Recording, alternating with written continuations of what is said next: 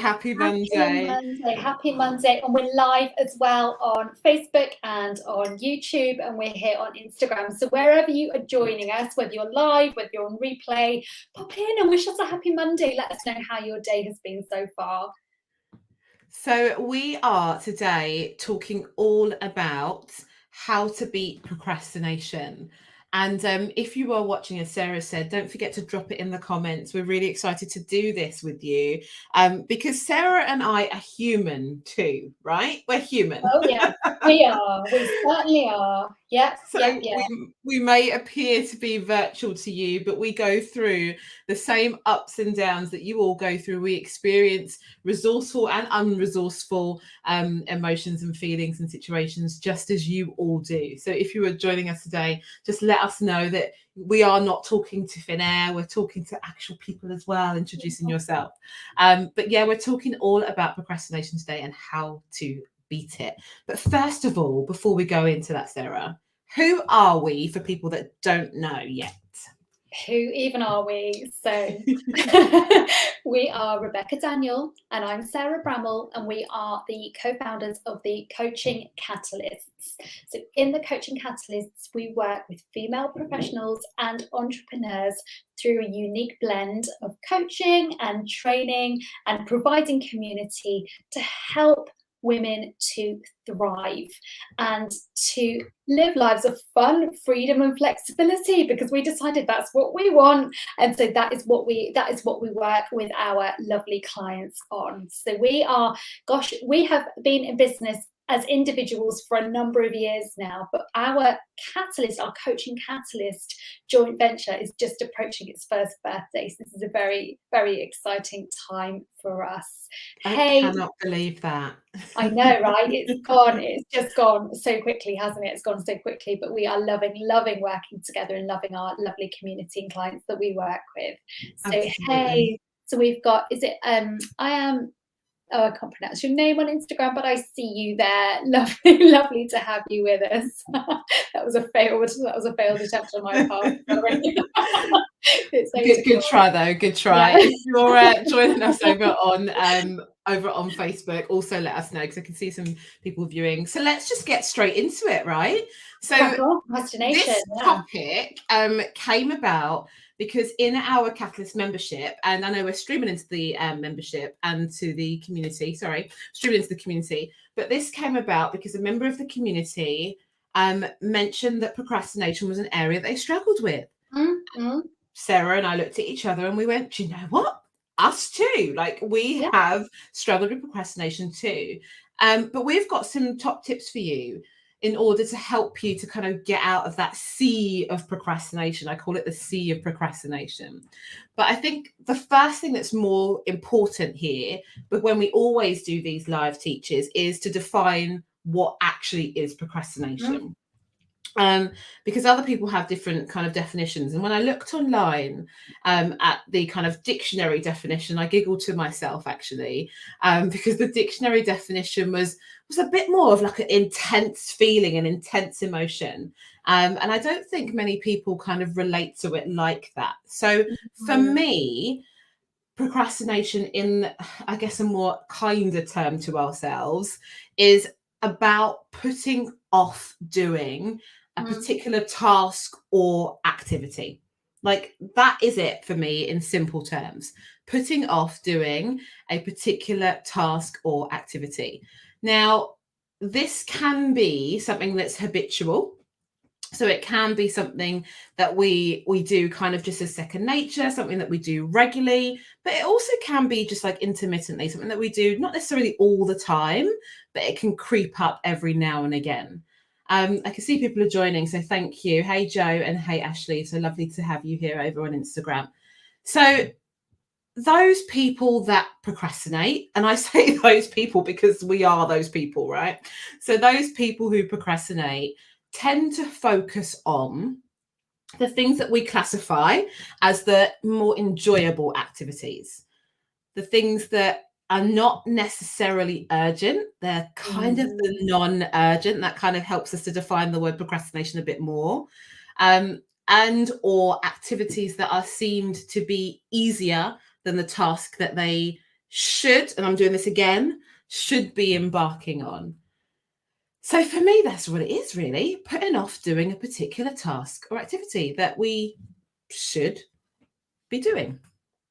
I think that's a great definition, Rebecca. Yeah, absolutely spot on. And I think it's, because as human beings, right, we are all wired to move towards pleasure or to move towards ease and to move away from pain. And so we always want to make life as easy as we can for ourselves, essentially.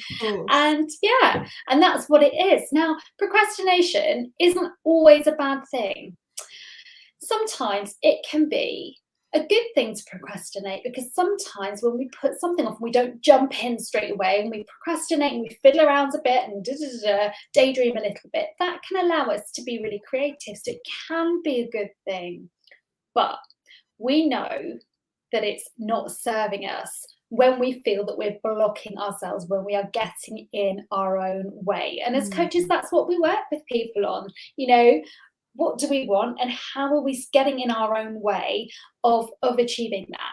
So it's not always a bad thing, but we know when it's, we know when we're blocking ourselves, when we are getting in our own way. Hey, over on Insta, lots of you joining us here. Hey, Purple Parenting and Voicing Education. And sorry, I missed some of you just popping on there, but great to have you with us. Thank you for being here. So one thing then for you to look at is to get curious on what is it that you procrastinate on, because when you get curious about that, most likely you'll start to notice patterns. It might be that you go, oh gosh, I procrastinate when I have to do exercise, or I procrastinate when I've got invoices to send, or I procrastinate when. So get curious about when that procrastination tends to happen for you. For me, it's when I have to approach a situation that's difficult and where there's the possibility of rejection, because that's my personality type. One of my biggest fears is fear of rejection. So I have to put myself out there, and I think that I might offend somebody or somebody might say no. That is my biggest source of procrastination. What about you, Rebecca? What do you tend to procrastinate on? I tend to procrastinate. Oh God, I'm laughing because I know it. I tend to procrastinate just really simply on the things that I just don't like doing. And it tends to be around finances. So it could be going through my current account, for example, and just checking that all my standing orders and direct debits are in order. Or it could be, oh gosh, what else do I not enjoy? Tends to be numbers. That tends to be the thing that I tend to procrastinate on. Or it could be something that I know will take a really, really long time. And I just can't see the light at the end of the tunnel. When I eventually do come to the realization that there is a light at the end of the tunnel, then I do kind of go full steam. But it's just that moment of kind of overwhelming, daunting feeling that I can't see what's going on at the end of the tunnel yet. And we'd love to hear from you guys watching us. And hello, Archie Derno, nice to see you. Can you let us know in the comments what you tend to procrastinate on? We'd be really interested to hear that as well. What is it for you that you tend to procrastinate on? Because we all do it, let's be honest. But what is it? What's your pattern? Now, the thing is with taking action is that we tend to think that we're going to wait until we're going to be motivated to do something. And the problem with motivation is that motivation is just a feeling. It just comes and it goes. It doesn't stay. Unfortunately.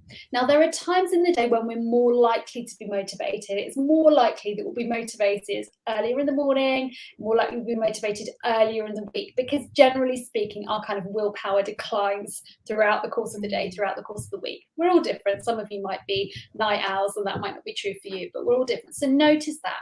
When do your motivation levels tend to be higher? But don't rely on that motivation, because it's just a feeling. So you really need to work in the discipline. So discipline for me looks like knowing that if I want to exercise the next morning, getting myself to bed early the night before, putting my clothes out, setting the alarm, putting my trainers by the front door, telling my family I'm going to go, all of that stuff, so that I don't have an excuse, or I eliminate all of those barriers to excuse before I go.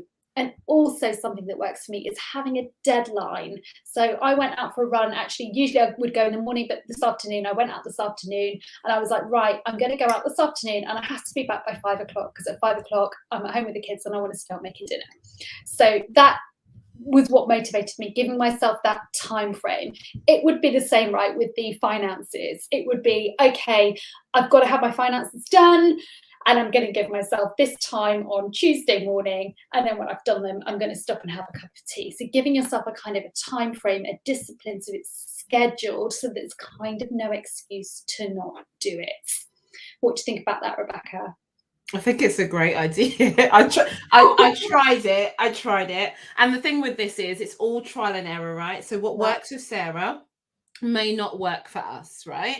And it's about finding our own groove. It's about finding what works for us. I did try that, Sarah. I think my motivation was just really lacking when it came to doing any form of exercise.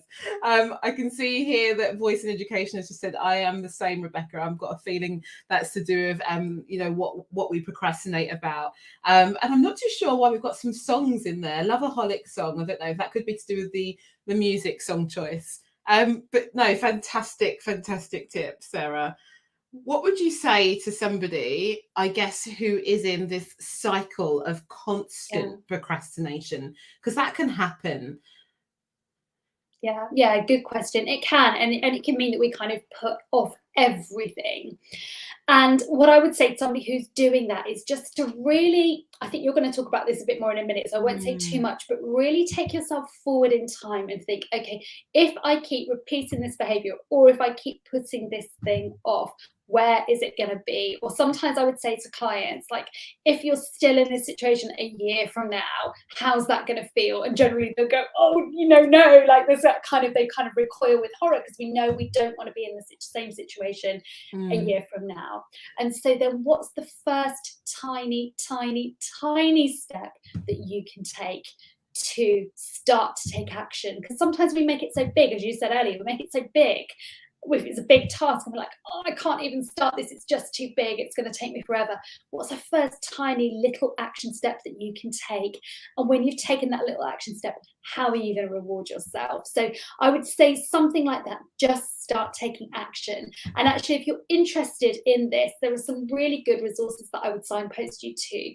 So Brian Tracy is a brilliant author, talks about procrastination, about taking action. And he talks about the concept of eating the frog. And I think it comes from Mark Twain, actually, originally. But he says, if you've got to eat a frog, as in do something you don't want to do, make sure you do it first thing in the morning, because then you do it, right? And it's out of the way. And I really love that image. So if I've got something that I don't really want to do, I'm like, right, come on, Sarah, just eat that frog. He also says, if you've got two frogs, eat the ugliest one first. So what he's saying is always do the thing you don't want to do it first. And then you've just got that feeling of freedom, right? That you don't have to then be stuck in that frustration of procrastination for the rest of the day. And that's exactly what I do. So I do eat my frogs. Right, exactly. Brilliant. I recognize it and I go, I don't want to be here and be feeling this anymore. Right. Yeah. Eat the frog. Like it's a flip. Yeah, like a quick flip that script, right? Yeah, flip that script. Exactly. And the other one who's really good, the other writer and speaker who's really, really good on this is Mel Robbins. And she's written a book called The 5-Second Rule, but you can find her on YouTube as well. And she talks about that space in between which you have a thought like, I should get out of bed. You have 5 seconds before your brain intervenes to say, oh, stay in bed. It's nice and warm here and comfortable, and you need a bit more sleep. You have 5 seconds. So she talks about, okay, so what you have to do is you have to count down to yourself 5, 4, 3, 2, 1, and then take action. And if you can make yourself take that action within those intervening 5 seconds, it makes a massive difference, because then you're likely to go for it and to take action. So if you're interested in this or you want some more after this, Brian Tracy and Mel Robbins, authors definitely that I would signpost you to. Thank you, Sarah. Do you know what? That's been so helpful. And I just want to welcome the people on Instagram and over on Facebook that are joining us. Just let us know that you are here and you're with us. And also, again, what your top tips are, what works well for you, what you procrastinate on as well. That was the first question that we asked, but also what works well for you. So for me, do you know what? I laugh at this all the time. Procrastination is something that I do quite often, actually. But I notice that I'm doing it. Yeah. And there's a few reasons to why I do it. So before, if you don't know, Sarah and I were both ex-teachers. So before, when I was teaching, and I said this in the masterclass, that I wore this badge of busy, right? This like, I'm really busy, and that was my indication that I was really successful and I was doing really well. No. Busy does not mean that we're productive, and actually being busy can be a way of us procrastinating on other things that we need to take care of. And so for me, it can be a real clear indication that I'm avoiding something. When I get to that phrase like, oh, I'm really busy, I can't do that right now, even if I say it to myself or I say it to somebody else, I stop. Am I too busy to do the task that I need to do? And first of all, what is that task that I'm avoiding? And then I ask myself 2 questions. So what am I putting off and why? Love that. What am I putting off and why? Brilliant. So the kind of discovery of the actual task or activity that I'm putting off is really key to this. And then the further deeper explanation of the asking the why question to myself is a really good way for me to know if I'm in love with something, if I'm doing something for the benefit of someone else and maybe it doesn't have any benefit for me, because sometimes we have to do things selfishly in order to make ourselves happy. And why am I doing the activity why should I be doing the activity that I'm putting off? So that's the first thing for me, is claiming that I'm busy and really looking at my time and seeing whether the activity that I'm putting off is something that's really important, whether it needs to be done or not. The second indication for me of procrastination is this shiny object syndrome, which I know that a lot of us go through and experience. And for me, it's about having the ability to have that self-control, so that awareness and that self-control. And again, it goes back to the same thing. What should I be doing? Why am I doing something else? And is the thing that I'm doing important or not? And I think the word there is really key in both of those situations, is the word important. Because what we deem to be important is not necessarily somebody else's rate of importance. Right. And I think that's really, really key to understand, that sometimes we procrastinate because it doesn't have any importance to us. And someone else may be putting an extra pressure. And this is really key for people that are working to deadlines or working in teams, working in environments where someone else controls what's going on with the schedule. We tend to find it in management positions as well, where a manager or a supervisor will put a task or an activity in front of somebody, and it's that person's importance, but it may not be yours. So it's really important. It's really important to recognize whose level of importance it is. Yeah. Really important tip. I love that. Really important tip. And I think yeah, you already went to kind of the future, didn't you? But my third kind of tip was focusing on the end outcome. So, I said to you that sometimes I procrastinate when I can't see at the end of the tunnel. Yes. So for me, it's about looking to that end of the tunnel and thinking, how do I want to feel when this activity is completed? Okay. Yeah. But before that, it's looking at how I will feel if it isn't completed. Yeah. Okay. So you're taking yourself, first of all, to that pain. How's it going to be if this is still sitting here a year from now, or a month from now, or whatever that's going to be? Hey, Blossom Tree Social, good to see you on Insta. Thanks for joining. Hey, Sarah. And how am I going to feel when I have done this as well? Yes. Exactly. Yeah. Oh, hey, Jill. I love Jill. Jill's like, oh my goodness, I feel seen. I see you, Jill. We see you. We see you. Yes, we do. Well, we all share this, don't we?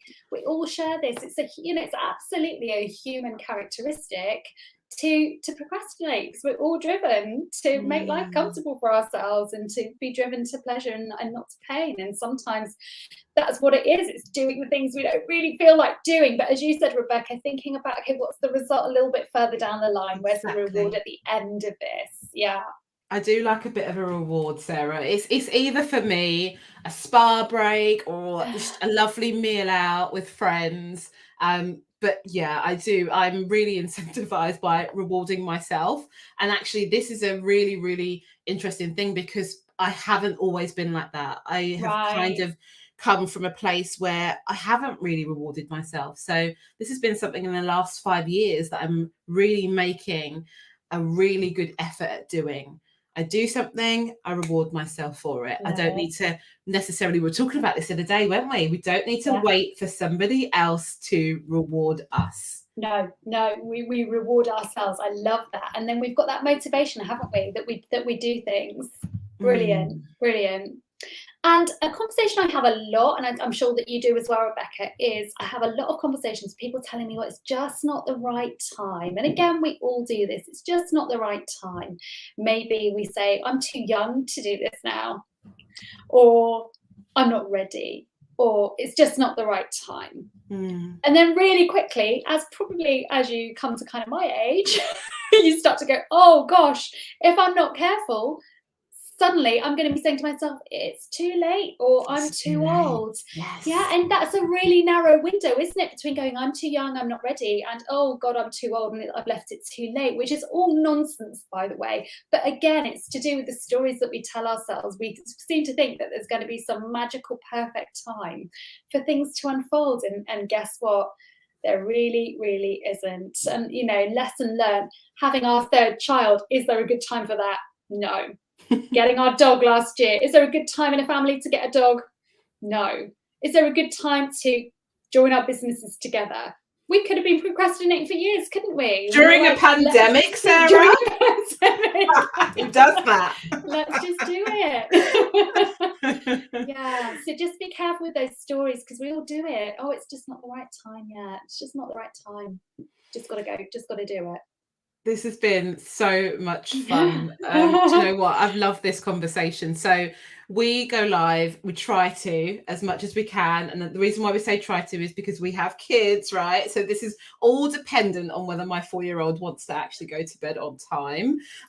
But we try to go live every Monday to give you guys a little bit of an insight into just a particular area that we would love to invite you to focus on for that week with us, right? So it's something that Sarah and I will do with you, but really focus on your procrastination this week, and focus on whether you are a serial procrastinator, whether you're pretty good and you've got it all down and nailed. But we are human, as we started off at the beginning of this live saying, so we all go through it at some point. I love it. So we'd love to hear from you. What do you procrastinate on? And when you catch yourself procrastinating, what do you do to get yourselves taking action? We'd really love to hear. So I think that's it for us today, right? That's it from us. I think that's it. But any questions later, pop them through. If you're watching on replay, give us a hashtag replay. Let us know. We'd really love to hear your thoughts. Okay, that's it. We've managed. Managed to talk non-stop for half an hour. What a surprise! And time to wrap up. Thanks for joining us, everybody. Really appreciate you being here with us. Take care. Bye. Bye.